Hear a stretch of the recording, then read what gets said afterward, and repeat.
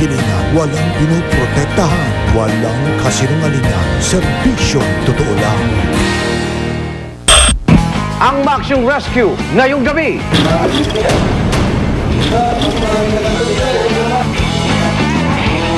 Kung nakita natin yung meron pa activity, nga lang mabagal ang tibok ng puso.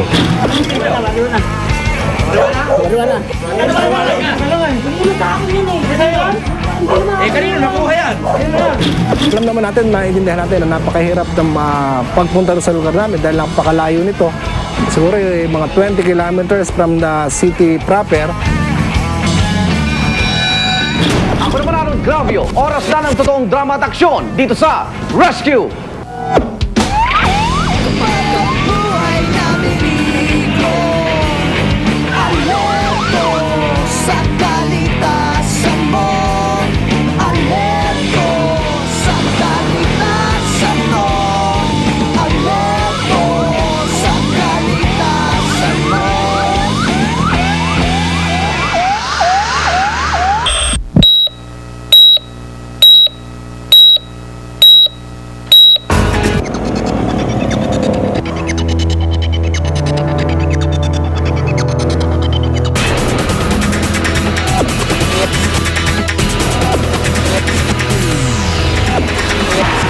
Kami, bali yung surgical residents, si Dr. Uy ang nag-head ng team namin tonight.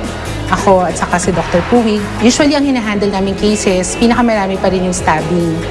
Then after nun, gunshot patients, tapos usually vehicular accidents.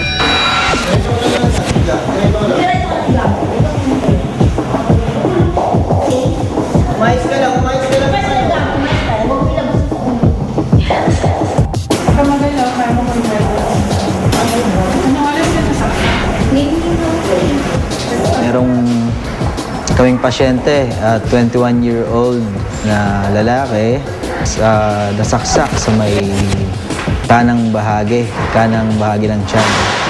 Nung dumating siya, stable naman yung vital signs niya. Bandang alas 9, nagkasiyahan yung anak ko kasi birthday niya. Tapos nag-inuman sila. Mamaya-maya, sumigaw na yung asawa. Nakita ko yung si Lady Monroy na nakaupo dun sa upuan namin na may saksak na sa tiyan. Talo silang mag-asawa. Nagsiselo si Nemi, hindi ko malaman kung sino pinagsisilosan. Sinaksak yung sarili niya, siguro sa kalasingan. Positive naman yung pasyente. Nung una, walang abdominal pain. Kaya nagpagawa kami ng mga lab exams, mga x-ray, ultrasound.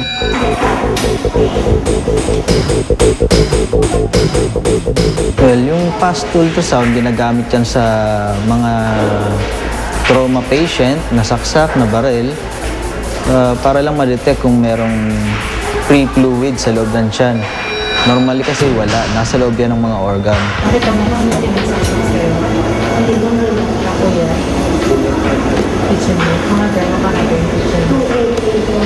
Pasok lahat yun.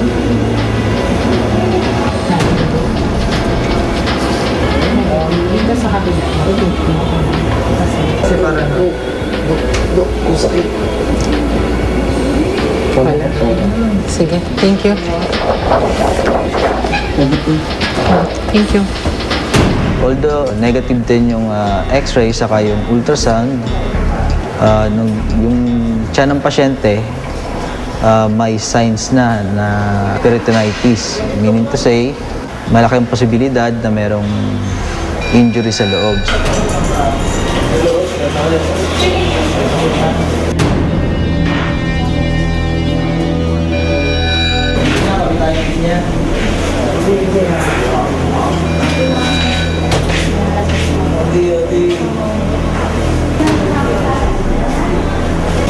Kuya, baba mo. Baba mo yung paa mo.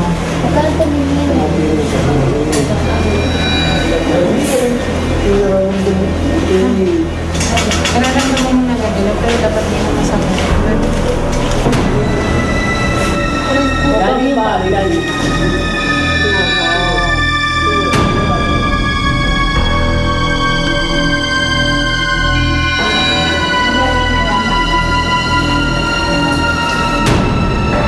Actually, sa stab site, sa stab wound, hindi talaga natin makikita kung skin lang or lagpas sa fascia or tumagos na hanggang sa intestinal organs.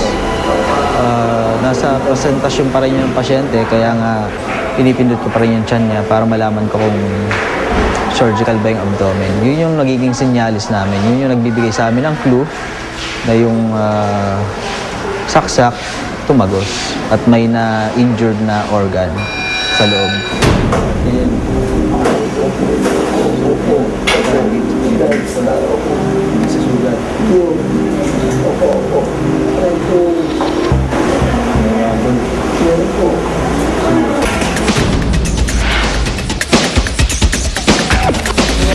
Yung injury ng pasyente is sa maliit na bitoka.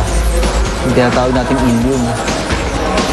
So may dalawang butas doon na through and through. So hindi naman gano'ng kalaki, so nagawa namin na i-repair.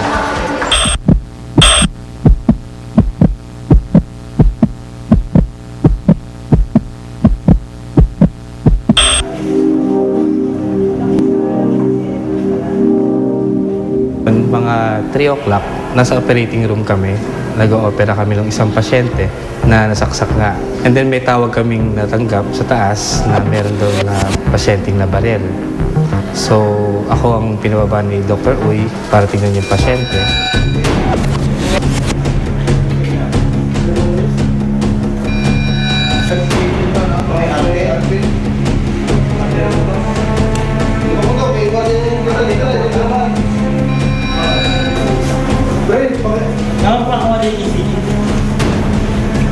Dalawang tama ko, dala ka dito.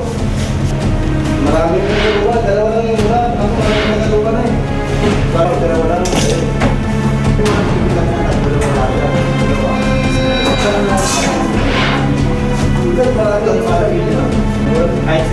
Nung nagkagulo po kasi pinasok po ng mga uldater yung pinagtatrabawan namin.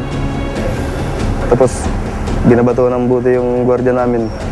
Eh, nag-warning shot po yung gwardiya namin kasi para tumigil sila. Gumanti rin yung mga uldater. Natama na hindi ko nabala yung kasama ko. Kaya tinakbo namin siya agad dito pag ano.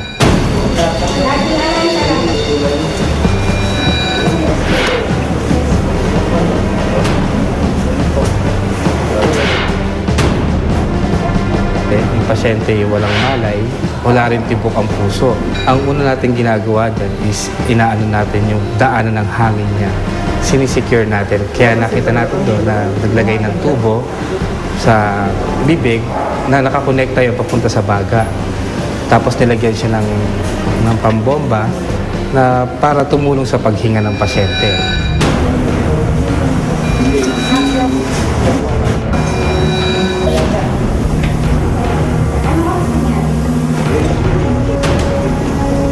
Napansin po natin dun sa pasyente, nung habang sini-CPR din siya, nakita niyo dire-diretso rin lumalaki ang tiyan ng pasyente at tumitigas.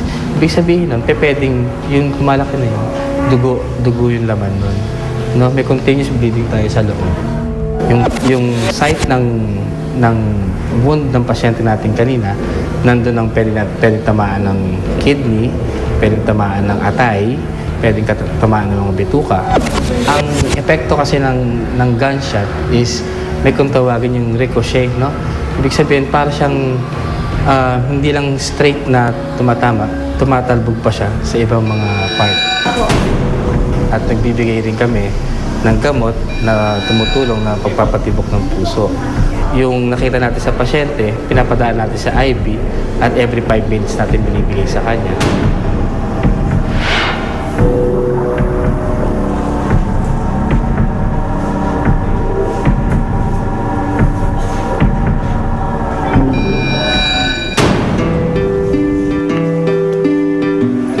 Natin yung meron pa activity, nga lang mabagal ang tibok ng puso. Naglalaro sa 20 hanggang 40, binababagsak ulit ng 20. No? Pwede yun, epekto na lang ng binibigay natin gamot na pampatibok ng puso.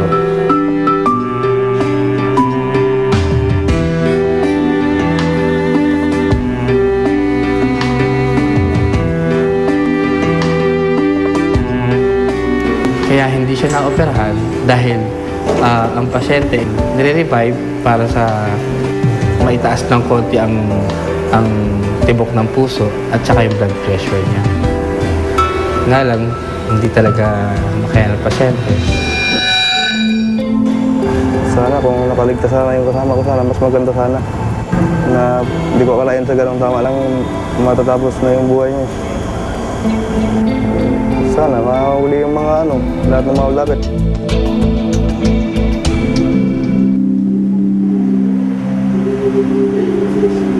Ang gusto ko lang mangyari talaga, mabigyan ng hustisya ang pagkamatay ng asawa ko.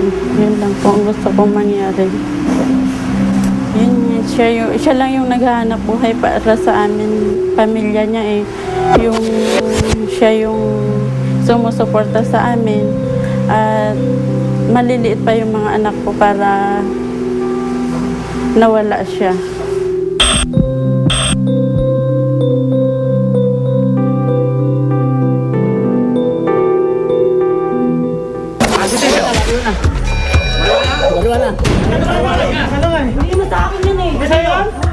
Eh, kanino nakuha yan?